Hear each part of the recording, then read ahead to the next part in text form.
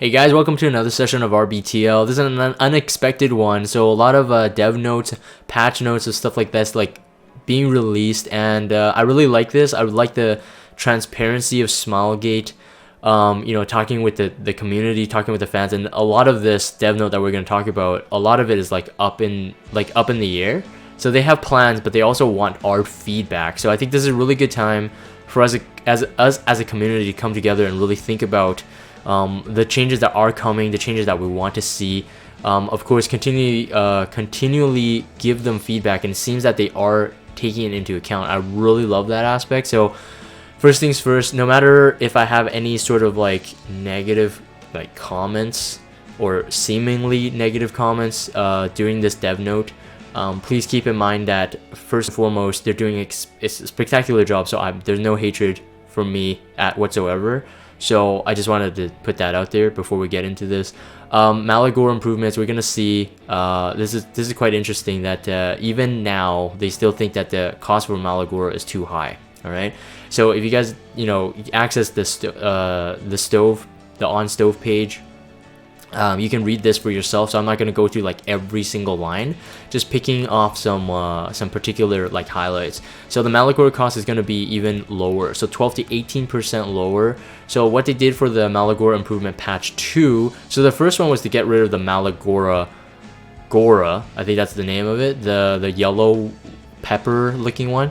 Molagora Gora. The second one was to reduce the amount, but they only reduced some mainly for like the end skills. Like the first two, like the +1, +2, up to +3 skills depending on the hero, didn't really get a reduction in it. Now this is further reduced. Now the 12 to 18%, there's some speculation room here that it could be the amount that they plan to give us, so 12 to 18% lower, or it could be 12 to 18% lower depending on the hero. So like I said before, some hero had a really high costly, let's say an S3 at a max enhanced S3, it was like really costly, and then they reduced only like certain amounts. So it's not like a full scale like reduction for like every single skill, but rather it's like the tier of the skill, and depending on the heroes, sometimes you got more reduction, sometimes you didn't.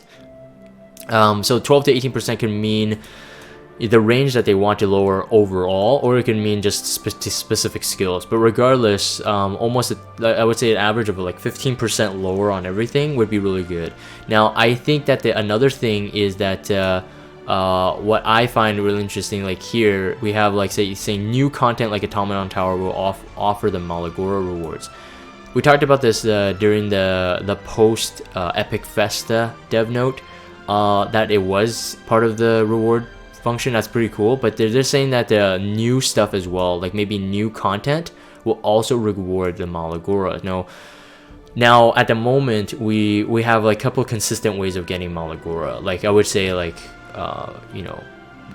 over time. So one, we have 3 Molagora per week going through the shops, the various shops, the guild shops, your regular shops, going through like the transmit stone, going through your conquest points, etc. So the arena currency.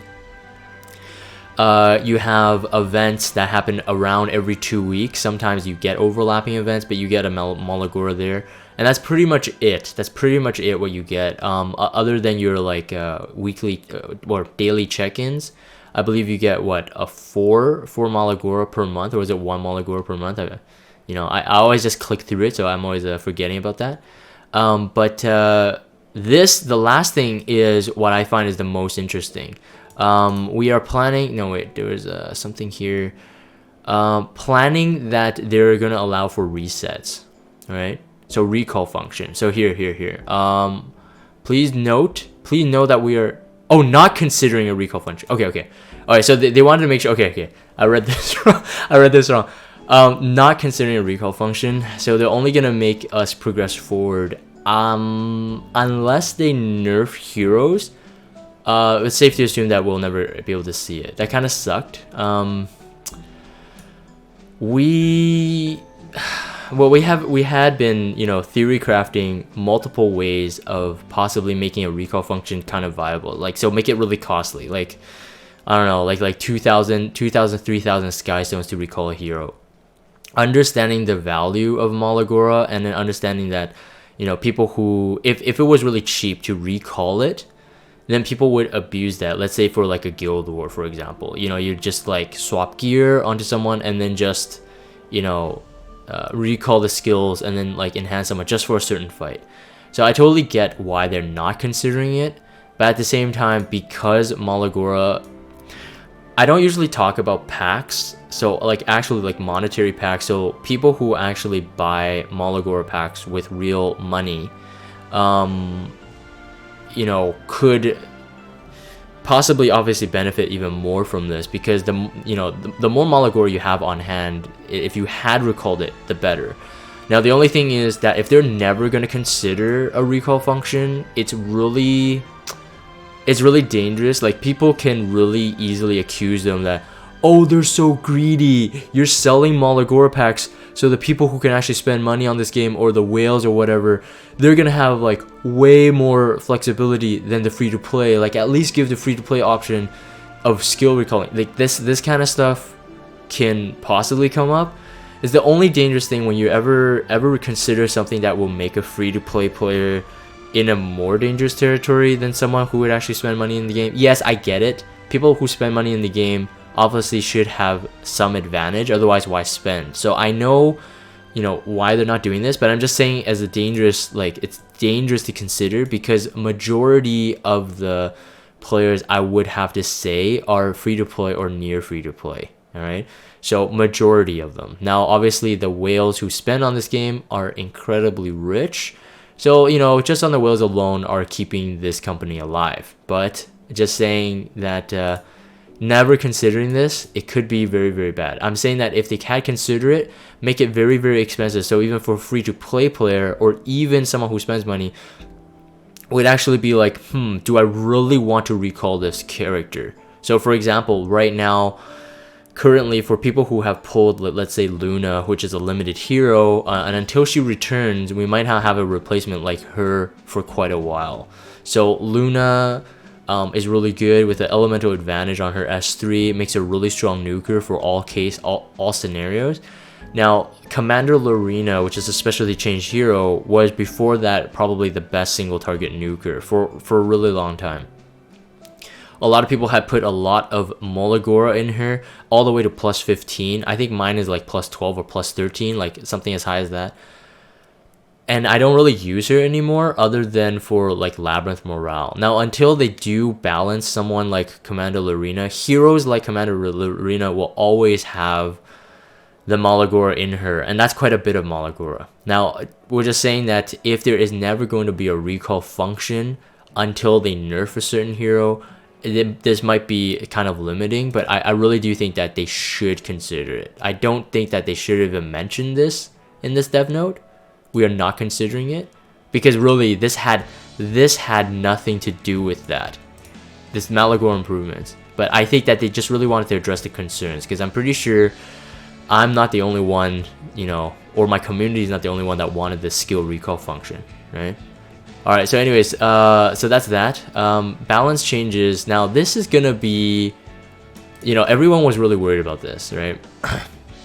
I said on the previous RBTL, like nerf, like, you know, ML Araminta or whatnot. But, you know, at the same time, you know, some people have posted the comments on YouTube in response to that, saying that, you know, just run full team immunity, run this, run that. Yeah, I get it. Look, in that video, I said the same thing. I've been dealing with ML Araminta. You guys, if you guys watch my GVG videos, watch my PvP ones, like arena ones, you know that I deal with her.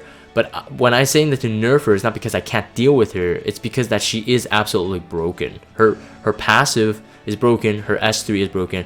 Now, it's safe to assume that from what they're saying here, in, you know, long story short, they're saying that they're not going to be really nerfing too many heroes, but rather buffing and then just shifting the meta that way.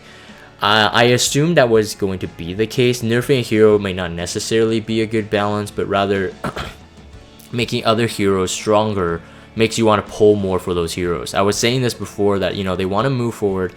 They want to keep the game where everyone wants every single hero to collect, to expand the team meta, so that people will look forward instead of looking back, right? And no one wants to get salty after spending thousands and thousands of dollars, like, let's say, pulling for ML Araminta, pulling for like ML Baal, and then seeing them nerfed. I was saying that that was a very low possibility that they would nerf those heroes because of the amount of resources spent. Now they are gonna change. We're gonna get to it. In the note, in the dev notes here, they do talk about changing the Moonlight heroes, like the amount of resources spent, and even possibly, from what I read from it, a pity sort of summon. All right, some kind of pity thing. We're gonna get to that after this though. So this new hero Lilibet. So you can see her now in episode 2. If you haven't watched my voiceover episode, I got I got nice and close with Lilibet. There's a skill called Extinction. Now this definitely gives me some hopes for the current meta. All right, so Extinction is a powerful new skill that disables the target hero from being able to revive both passively and actively. Now this is going to be very, very game changing. Now, is Lilibet going to be an ML hero? Is she going to be, like a regular summonable banner? We have no idea right now, but I'm going to say this right now. If she's a regular summonable banner and she can disable revive, she is a must pull. I mean, we don't even need to look at her skill. Just for the sake of her being there to stop the revive is an immense game changer. It's an immense game changer, and this is why they're saying that this is a powerful new skill. This is sort of like a Biken's Detonate, where a feature or a mechanic is added that totally shifts it. Before, we were all talking about, oh, is this a defense breaker? Is this an attack buffer? Those things are kind of like set in stone. But now with this new type of mechanic, Extinction, we're gonna see some real game changers. So obviously, ML Chloe, Arbiter Vildred is gonna be affected right away. Ruel is gonna be affected right away by this. Now, obviously, it seems that if it's gonna be some sort of debuff, let's say if it is a debuff because it's a targeted thing, it will definitely have to roll the effectiveness for effect resistance again. So we're gonna still have to, probably run a stripper or something. But that's just me kind of speculating a bit. Currently, the heroes that can employ resurrection effects are heavily used in Arena. Yeah, do you think? And with additional health sets, it's not easy to effectively counter those heroes. Yep. The new hero Lilibet aims to add new strategies to Arena, both offensive and defensive, allowing for full party configurations and wider and healthier meta. So the way I think Lilibet will be incredible would be that if her Extinction disables with a strip before disabling, oh man, whoa, well that will definitely settle the balancing thing for me. So a lot of the times, like, what makes like ML Baal, ML Araminta teams, and even C Armin teams even beefier and more robust is to have like Ruel running there. Now, Maid Chloe is sort of different because her revive is a buff. So you can kind of wait out the turns, you can kind of, dispel it. Anyone with dispel can really remove it, especially on, let's say, a DPS hero. Usually they don't run high effect resistance. You can dispel it quite easily, so it's not like a big game changer, but for someone like Ruel that does it keeps their combat readiness the way they were before they died, so that's a big thing. Keeps them invincible for the turn they're revived, and then a full heals. That's a big difference. Now, the thing is that Arbiter Vildred is also getting a buff, so this really applies to him as well. So keep this in mind, right? So keep up Lilibet. Lilibet, I think, is the key thing to the entire balancing thing. Even though they're balancing old heroes, Lilibet is going to be the most game-changing thing from this dev note itself, all right? So Arbiter Vildred. So revival is a key to Arbiter Vildred. People found it difficult to deal damage and continue to survive. It's 100% true. Ran into a couple other than, like some very low percentage players with Arbiter Vildred have him built so well that when he's revived, he just single-handedly just cleaves your team and then it's over. Generally is the case though that when he's revived, he lost all attack buffs, so he's not that strong. And the thing is, previously when he revived in the current combat readiness state. So let's say if Arbiter Vildred had gone first turn, and so his CR is pretty much near 0, you kill him off, he's still there. So let's say someone like Sid. So Earth Sid was a really hard counter to Arbiter Vildred. Arbiter Vildred usually doesn't have really high HP, doesn't have really high defense. Sid does his S3, and the S3 counts as a kill. It's not like Charon's Immortal where he's not dead, so Sid wouldn't get a second turn, but for Arbiter Vildred, Sid can. So I used to do Earth Sid with Wind Rider, S3 with a speed buff on Arbiter Vildred, kills him, and then with Wind Rider active, I get another turn, and at S1, and he's already dead. Alright? So it was like, bye-bye Arbiter Vildred. He never survived to begin with.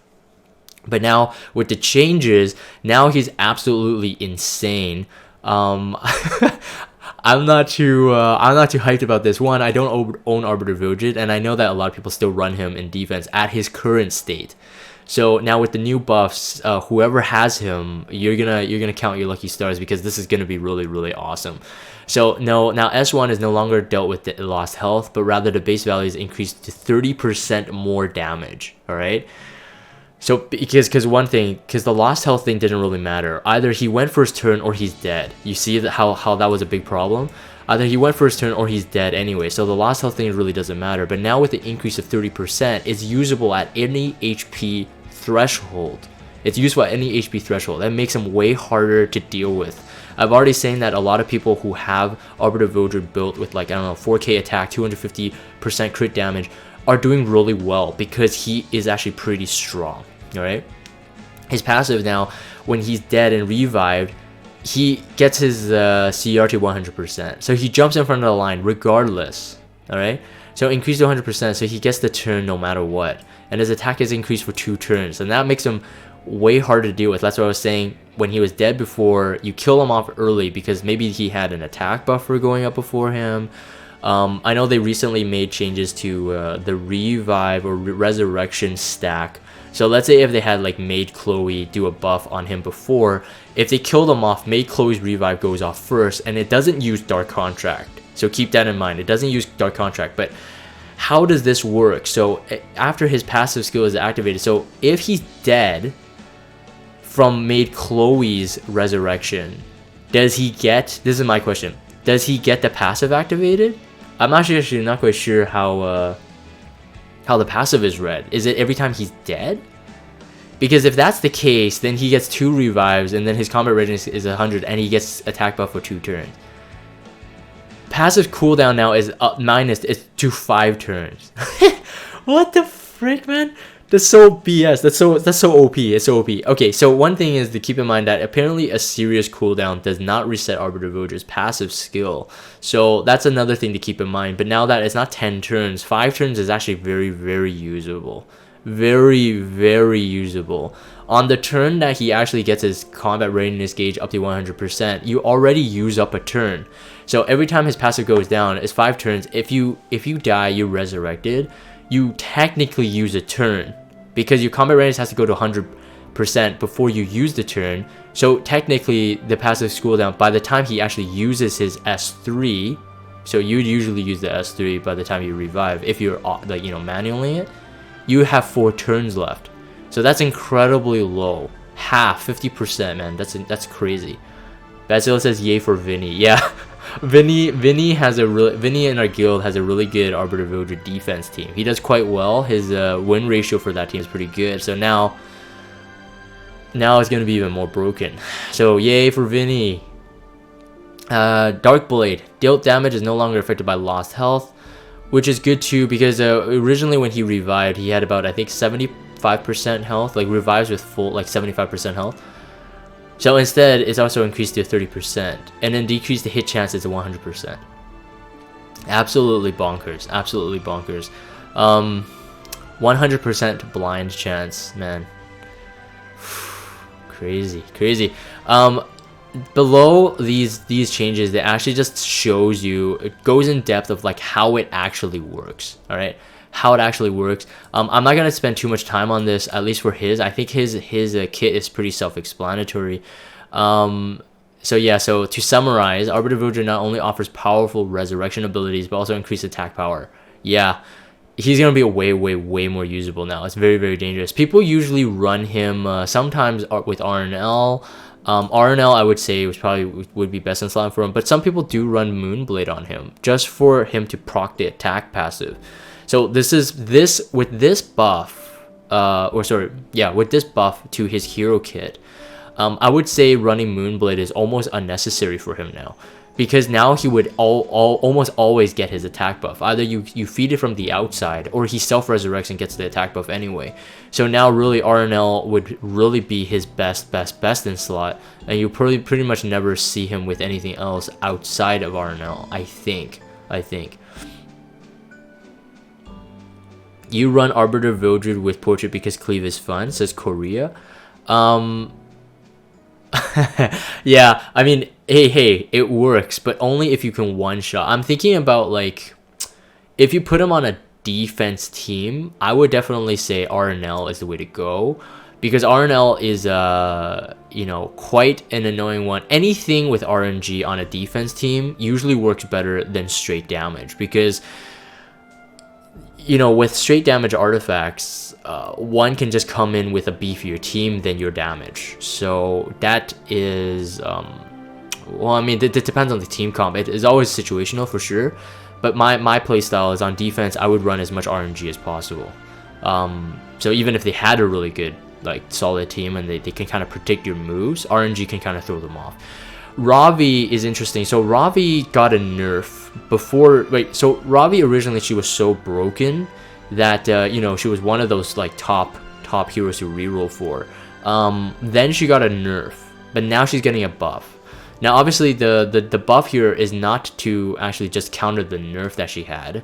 It's still different, but now she's actually very usable again. So I was just looking at this on stream with the guys before I started recording on this video, but her fighting spirit now attained from 10 to 30. All right, so 10 to 30 from Slaughter, so that's her S1. Devil Drive now increases the proportional attack. Instead of with the fighting spirit, it dealt to the attacks and damage taken. So the more damage is taken on her, the more damage she deals, which is really good because she's a self-sustainable tank, technically a tank and damage dealer. So Aline did a quick recon on her S1 with a soul burn. Even though it's 20 souls, does a 2.5 times mod. It has up to, I think, a 40% heal, 40% self-heal based on damage dealt. If you have Sigurd's Scythe on her, it's always going to be a full heal. If you have the soul burn, 100%. But even if you don't have the soul burn, depending on how you build her, she's going to be insanely annoying to deal with. Now, originally, because of her damage dealt was deal with the fighting spirit, a lot of people didn't like using her. Wait, Slaughter is the S. Wait, one sec. I'm gonna pull up this. I just don't mix this up.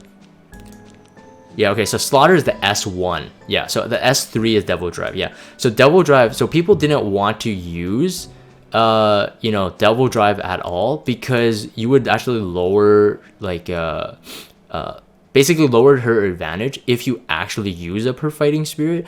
But now with this, damage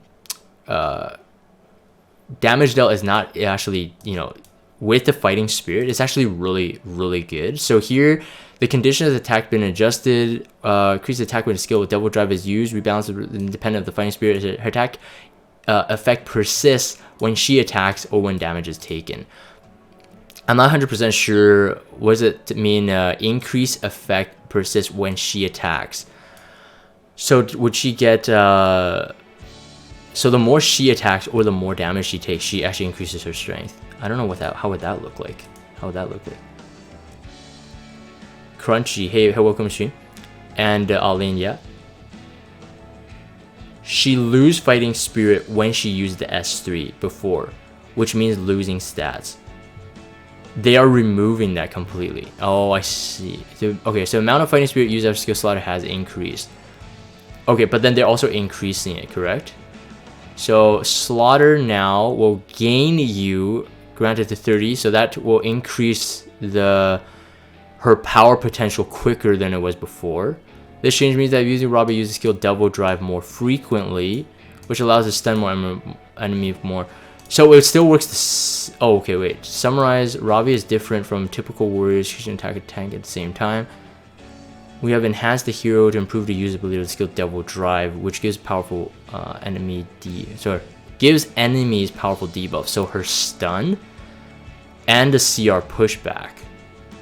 So our S3 does a pushback all the way to 0%. We intended to have a hero who can greatly contribute when attacking the enemy and bring about stability to the team. Hey Kurando. Wait, one sec. I'm recording a video here, but did you attack me yesterday in arena?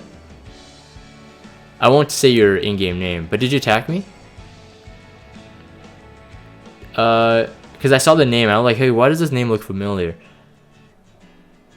Yeah, just to test out. Did you have you had Aramentha and Ruel, right, or something? I felt good, man, when I revenged you. Sigret. All right, so Sigret is another one. At the moment, I think a couple of us who have well, I recently pulled Sigret.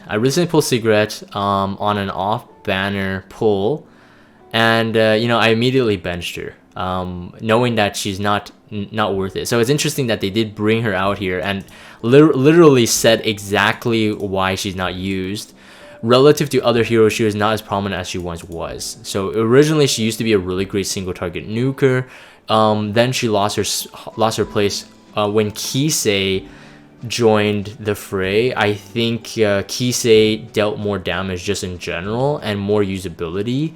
And then Luna came, of course, and so people who had pulled Luna, even though she's a limited hero, totally sent Sigret back down to the bench, like even past the bench. She's not even in the arena anymore. She's not.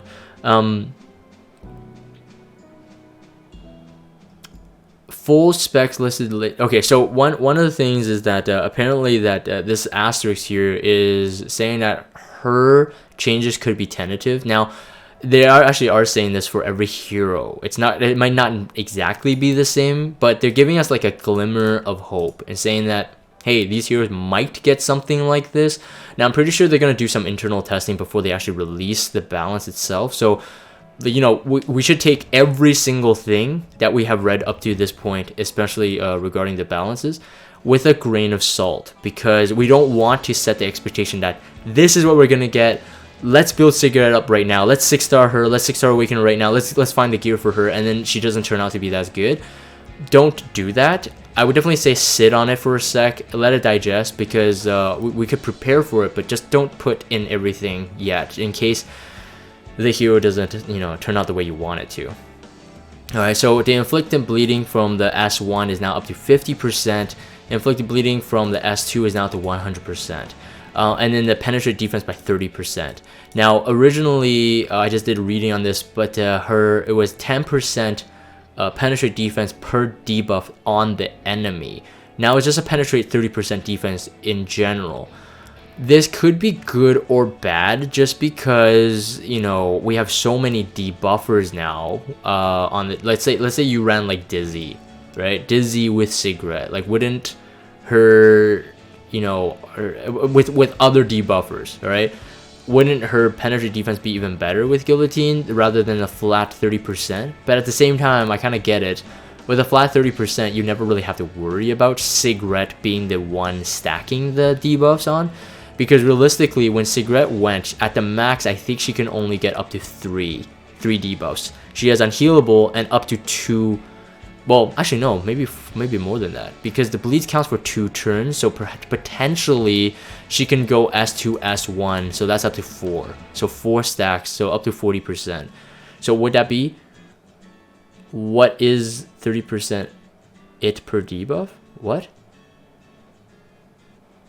And so do you mean what if it is? What if it is then? What if it's 30%? If it's 30% penetrate per debuff, that would be good. That'd be kind of good. But 100%, up to 100% penetrate defense would really, I think would really, that would be really game changing. But I highly doubt it. I highly doubt that's the case. Highly doubt that's the case. I'm pretty sure they are going to keep it at a flat 30. If this is her finalized thing though, so just keep that in mind.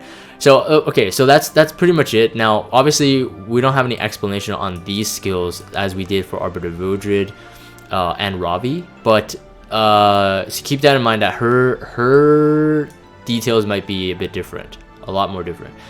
Now there are other things that they want to consider. Now I found that this list was funny for the most part.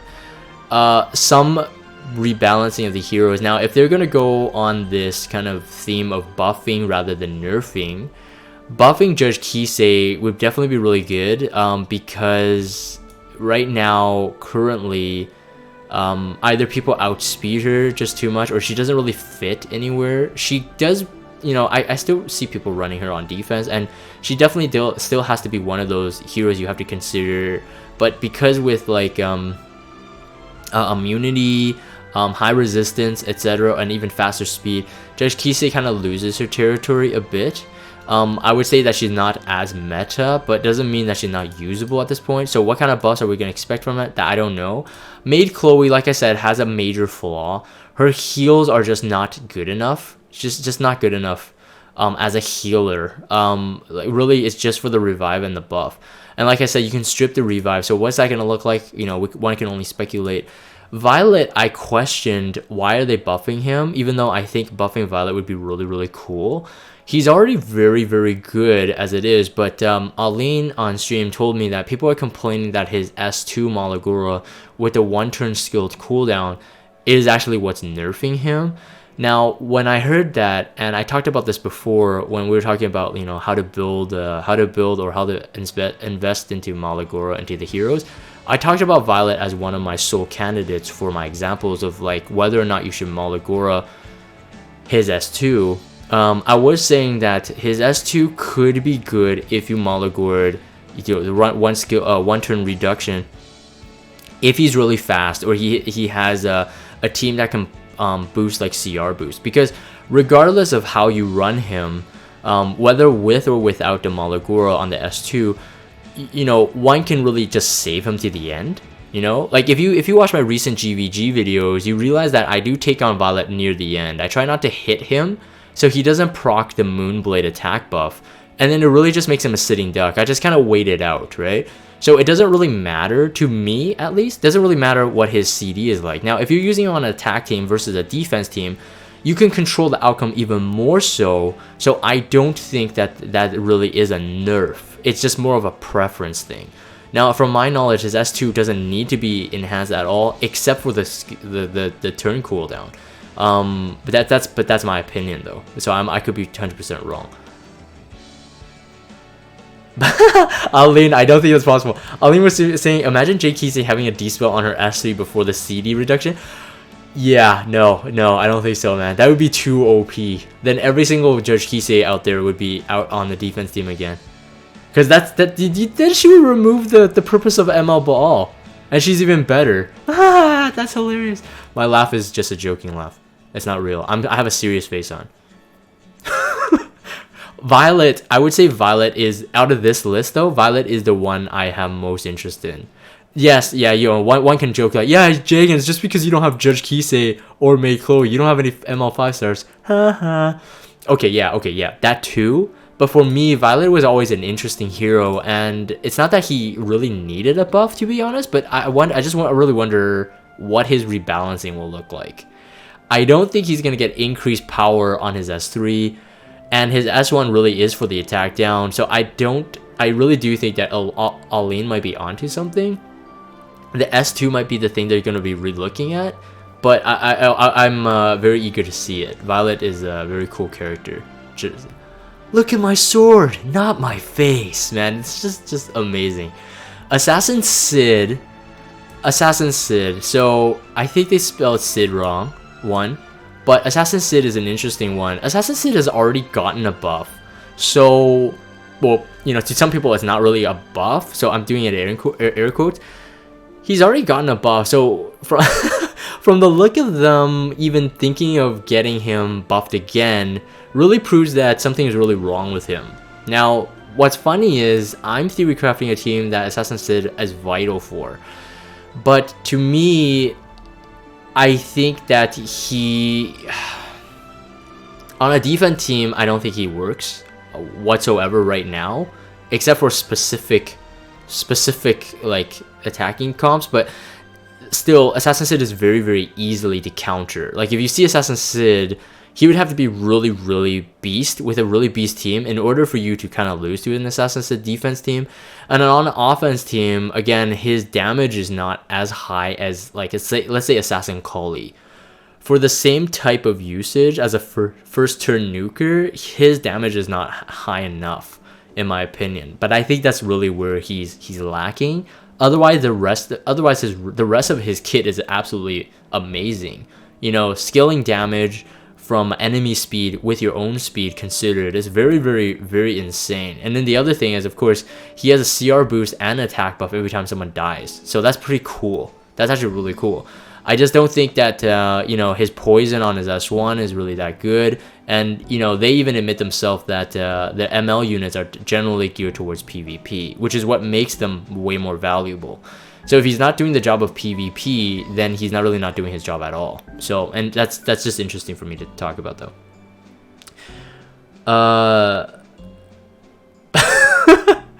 But guys, the meme is that they didn't buff Luluka, says Korea. Haha, people pulled Luluka as like, I'm pulling her just in case they buff her. Feels bad, man. Alright, anyways, Corvus, Cartujas, Purgus, and Lots all looking to be possibly changed. That would be interesting. Now, at this point, it could not just even be skill changes. It could be stat changes. It could be. It could be. Who knows? Lots, I think, if he had higher base speed and give him a little mini Ox Lots kind of usage, would see some more time in the arena. One thing that he doesn't have that Oxlots has is obviously that Oxlots has the attack buff with the CR boost. And he's a mage, so he can hold like Toggle Hall's Ancient Book. He can hold all these little nasty things, nasty artifacts. And he has higher base speed, making Lots only really a healer. But his S2 CR push really could use some love. So if he has like higher base speed, I really do see him maybe used as a kind of a, you know, a budget Oxlots, though not the same, you know, not the same. Absolutely not. We look forward to hearing your valuable opinions in regard to heroes that have been selected. So yes, so the valuable opinions, like I said, guys, as a community, let's you know speak up. If it is for these heroes, what kind of changes would you like to see? You know, leave them in the comments below just so I can read them too. You know, obviously, you know, Corvus, I have 2 SSS Corvuses, but no Dark Corvus, so feels bad, man. Carduja and regular Purgus, I don't have these heroes built. I didn't even look into them. So, you know, what they'll be like, I have no idea. So are they going to be usable? And I think, again, the rebalancing for every single hero, and because this game, endgame, is definitely PvP, I'm hoping to see that these guys get some kind of kit readjustment, that you can see them in a PvP kind of team comp, like even in, you know, yeah, Guild Wars or Arena. That would be cool. Aline says Purgus is interesting for candidate for buffs. We'll take a look at that later for sure. If they really do get buffs, I'll definitely take a look at that. But I would like to hear your thoughts on why you think him, because I'm not familiar with his kit. I'm not familiar with anyone who is not used in Arena often. Feels bad, man. Please note that the changes above are not final, so keep that in mind. That's exactly what I said. And they may differ from the actual balance update. So don't you know, go all ham onto Ravi right now, into Arbiter Vildred right now, just because they might get the buffs. Another thing that they are looking into rebalancing the artifacts. Artifacts. Keep this in mind, guys. This is an interesting thing when I read this. There were some artifacts that we talked about. So like Justice for All, Charles's artifact. Lydica's artifact, I think, can use some love too. Luluka's artifact, I don't think is as broken as people make it out to be. I think Violet Talisman can use some love. So what does this mean? What does this mean? Does it mean that we're going to see some love for those salty artifacts? So it is a good thing, though. It is a good thing. I have not sold my Noble Oath. I have not sold my Alexis Basket because, hey, we could see some buffs there. So if you guys pull some salty 5-star artifacts, don't sell them for powder just yet. Don't sell them for powder just yet. Keep those copies, because I do believe that the artifacts do need some balancing. I think there's some artifacts that are too OP right now, even in the meta, and some of them are way too weak. And for them, again, for you know, for everyone to be wanting them to trade in the powder shop or to just to pull them on, you know, on banners, I do think that they're keeping this in mind. They want to balance this. Now, approximately 68 weeks, so that's about you know, 1.5 to 2 months intervals to keep encouraging the unique metas to play, you know, using a wide variety of heroes. Again, expanding this theme on, they want us to pull more. I totally get it. They want us to have every single unit in the game, so we can, you know, obviously make them more money, but at the same time also have more fun. I love that aspect.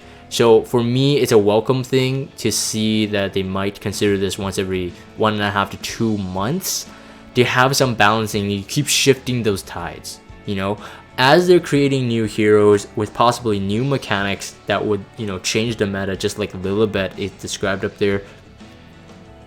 With hero balancing, this will make this game a lot more fun and a lot more lively, because then all of a sudden, with like every 2 or 3 months, maybe you have some old heroes that you will never use who got buffs, who got, you know, interesting, you know, readjustments, and then you're just like, oh man, I can't wait. I'm gonna build up like this hero now. I'm gonna build up Cigarette now, right?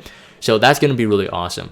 Moonlight Improvements. I want to get through this quick here. Let's see. Oh wow, 40 minutes already.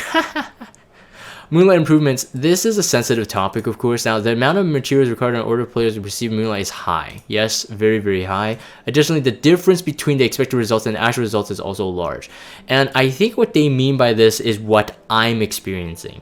Now, that I know that there are a lot of people that, you know, maybe already in my scenario where maybe you started from week 1 and you have zero ML 5-star, but then you're just like this player that, you know, you play for a month. He's just like, hey Jagan, I got ML Ken. Feels bad, man, because yes, I think that this sentence was directly at me. When I read this the first time, I actually laughed on stream. The difference between the expected results and the actual results are also large. I think this is talking about the summoning aspect and not the hero itself. So because the expected results is that I'll get a 5-star ML by this time, but the actual result is that I don't. So that is definitely quite large. Anyways, however you want to read that, that's how I read it. Alright, maybe I'm victimizing myself here, but anyways, I think that's pretty funny. Therefore, we have been discussing a need to implement certain safety measures. Now, I mentioned this just before that it could be pity kind of summons, or some kind of, you know, we had screenshots of before. Now because we have no information on this, you know, up to this point, we had screenshots before that it looked like legit, like in-game stuff. It looked like high-end art quality. It looked like you could trade in like 3-star, 4-star ML heroes for certain, like a certain purple transmit stone. All right, and it was assumed that this kind of special transmit stone will allow you to, you know, purchase a special type of ML summon, a galaxy summon that would give you a 4-star or 5-star guaranteed. Now, there was a lot of assumptions going from those images alone. All right, and now that I haven't heard anything back, you know, for months and months, I don't know if that was even real anymore. Right, so if maybe it was a prototype and it got leaked, I'm not quite sure, or was that a fan-made image? I'm not 100% sure. But if you guys don't know what I'm talking about, I'm pretty sure it's still out there on the internet. So definitely look it up if you don't know what I'm talking about. But regardless, is this the safety measure they're talking about? And if that's so, I would say that this is a lot, you know. Okay, so if they went for like a pity. Like a pity summon in a regular, like a limited banner would be like 121 pulls, right? To get 121 Moonlight pulls is almost like kind of like out there. So let's say if they set like a pity summon for 30 pulls, you're guaranteed like a 5-star. All right, that would still be very expensive in the terms of like the developers losing out on people hamming on ML summons. What I mean by that is it's still too cheap. So are they going to make a safety measure where it's implemented like what I said, recycle previously pulled heroes for a certain amount of currency, and then with this currency you might be able to buy something? Because in that case, it does still require you to pull quite a bit of heroes in order for you to pull up maybe a 4-star, maybe a 5-star guaranteed. Hopefully they have some kind of 5-star guaranteed thing. But I want to say this, that most likely it's going to be taken with a we have to take it with a grain of salt, because it says this: we have to take caution as we approach this issue, because making the improvements to the summon system would change the value of many heroes and material in the game. Now, I would say I disagree with them on this subject. Keep in mind that right now the ML pool is getting bigger by the month. All right, the ML pool is getting bigger by the month. What their meaning is here is, if everyone pulls Judge Kisei would not be valuable. If everyone pulls ML Araminta, ML Araminta would not be valuable. That's not what, that's not how it is, even though that's what they're trying to mean. All right, I think that what they're, and this is where I don't want, them to make this bad move where they make the mystic summons more money grabby. All right, so recently I tried to pull for ML Cecilia. For ML Araminta, I'll say this on stream, I bought the packs for the mystic summons. I didn't get ML Araminta. That was the worst experience that I've ever had. Now, arguably, yes, I knew going in, like, I'm gambling. But, this is how they get you. This is how they bait you. They're like, oh, buy these packs. And it's really ridiculous how expensive those packs are. If you really think about it, $100 for 14 pulls. 14 summons, guys. That's ridiculously expensive. Now, when I went through that experience, I promised that I would never buy those packs again, and I have not since. I don't plan to do it for ML Cecilia. I didn't do it for ML Baal because he was garbage to me. But for ML Cecilia, for any hero, I'm not gonna do it, because the thing is, it's RNG. Now, I've heard of other content creators who spent, they probably emptied the shop and they didn't get ML Cecilia as well. So my heart goes out to those content creators and those whales as well. Yes, people will be like, you're a whale, whatever, you're so stupid, you're spending so much in game, I'm free to play, I've already got this hero. Look, to me, I use this example. If you're going into a car shop and you went to buy a Ferrari, right? You spent like millions of dollars on it, and if you go bankrupt buying a Ferrari just because you wanted a Ferrari, yes, you need some wisdom there. All right, people can laugh at you saying, well, what a stupid decision. Yes, I totally get it. But when you're going to buy a Ferrari in a car shop, you're not gambling on the chance of getting a Ferrari. So therefore, you're not spending, like, let's say $500,000 on this like high-end Ferrari with a chance of getting it. Now, I'm not saying that Mystic summons are like that, but the Mystic system right now in my community, we all have the same feeling. Even people who've gotten the 5 stars from the Mystics, we all have the same feeling. It's cancerous. It's cancerous to this game because of how bait it is. All right. Now, for me, what would balance the Mystic medals or the Mystic summon system, if they remove ML from the Mystic summon system, that would be okay. I think that would be okay. If they keep the MLs in there, in my opinion, they really have to implement some safety measures for the regular ML summons.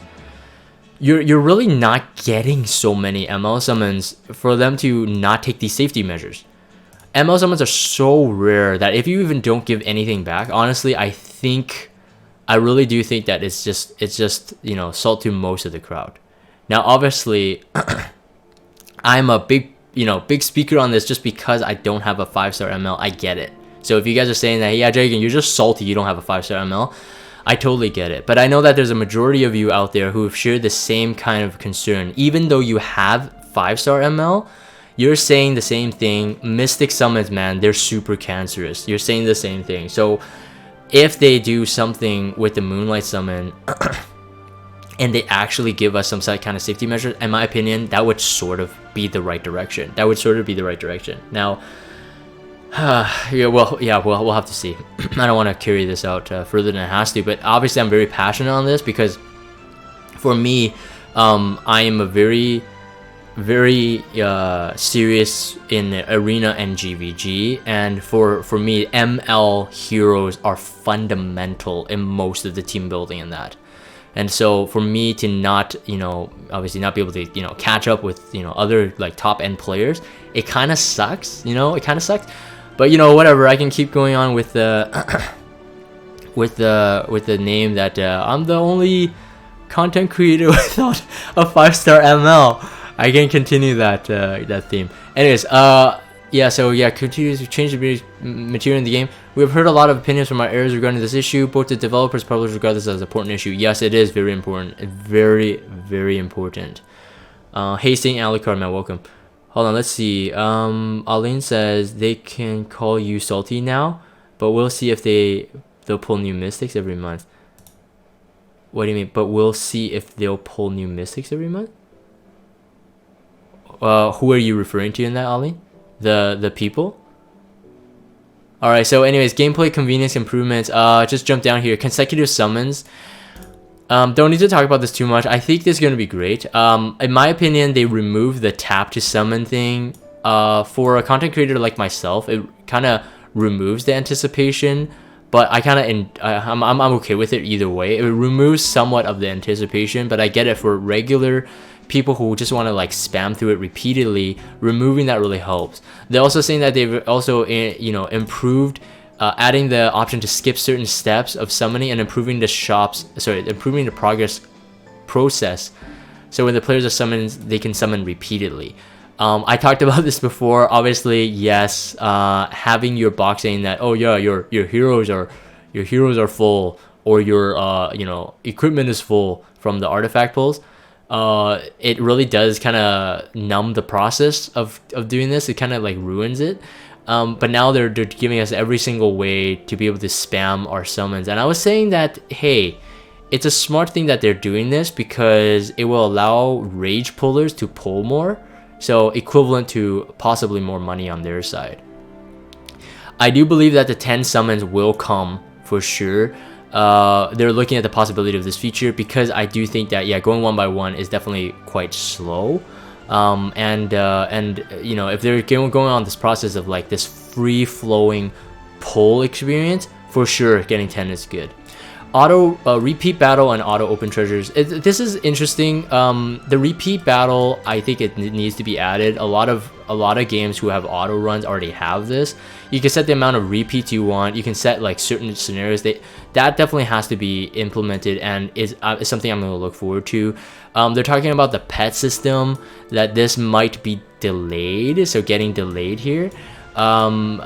See here, to the third quarter at the earliest time, within the year at the latest. So kind of good. So you could look at maybe a pre-December release for this, and I think that's gonna change the way we kind of spend our time in the game, which is good. I love that.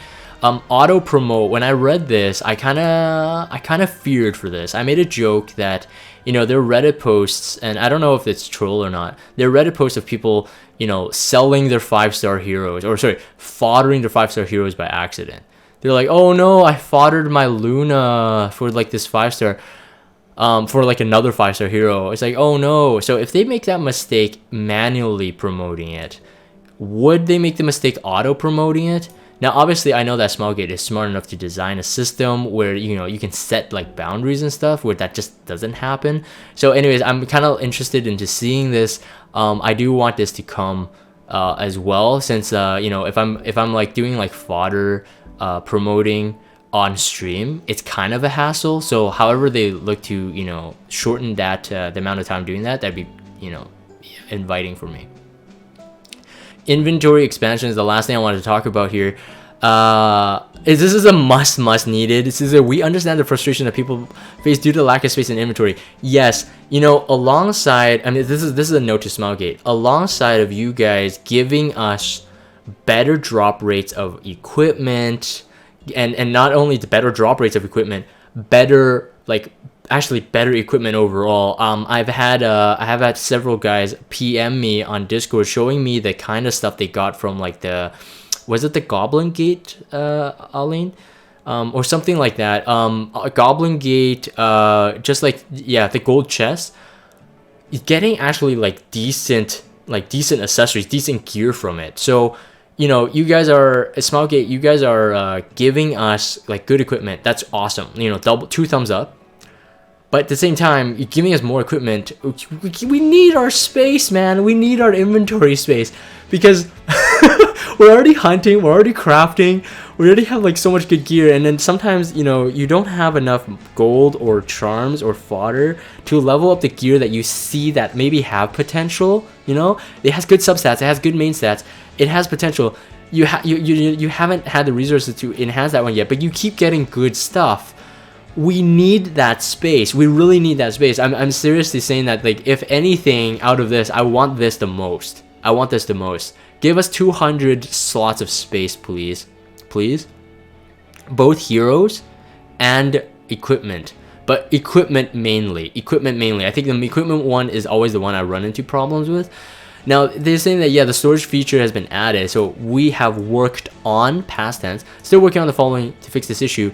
And then, so storage feature added at the 529 update, which we already have that. I don't think that really was a fix. It was only a fix for your pulls only, but not long time grinding. And then the charms, excluding equipment charms, will be sent to another inventory in order to free up more space. Now, I asked them, asked the stream guys before, what does this mean, excluding equipment charms? So they came back that the conclusion is most likely probably either the equipment charms that are like the all-arounders, like the ones you can buy from the packs, so the hammer-looking ones. So recently you can also get them from those rewards from doing those adventure requests. It's either those or someone was saying that Aline was saying that maybe they spelt this wrong. So I'm not 100% sure how that works, but if it's excluding equipment charms, my question is, why not just put all the charms into one basket, you know? Send it to another inventory space, so all charms, including like artifact charms and stuff. Hold on, what?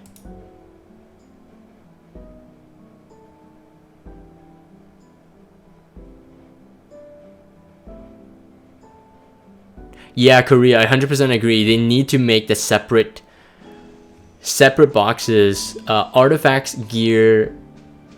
Wait, what are you talking? Oh yeah, separate boxes, you mean? Yes, separate boxes. Yeah, that would save it. That would save it for sure. Artifacts, I don't feel that it really needs a separate box in the sense that it doesn't need as big of a box as the equipment box, because generally you don't have that many artifacts. But given enough time, we really do need a separate artifact box, because as they're expanding the game, we will need it. So yes, that would be a really good option. Just don't include the artifacts as an equipment. I get it. You can equip the artifact, so technically it fits. But I do think that, yes, I think Korea is right. I think artifacts have its own. It should have its own classification. Jasmina says, just read 1-8 in there to see. About what? Oh, sorry guys. Sorry. You believe it's all charms, Oracle Punch? But it says excluding equipment charms. Do you mean that they mean including equipment charms?